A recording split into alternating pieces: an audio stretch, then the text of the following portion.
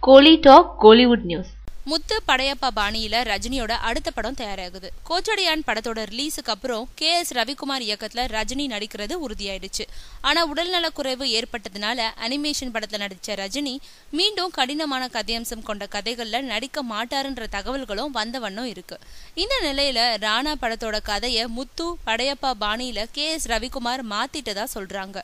அந்த படங்கள்ல நடிச்சப்போ இருந்த ரஜினி மாதிரி இப்ப இருக்க ரஜினி இல்லன்றதுனால அவரோட மூவ்மெண்ட்டை விட கேமராக்களுக்கு அதிக மூவ்மெண்ட் கொடுக்க போறாங்களாம்.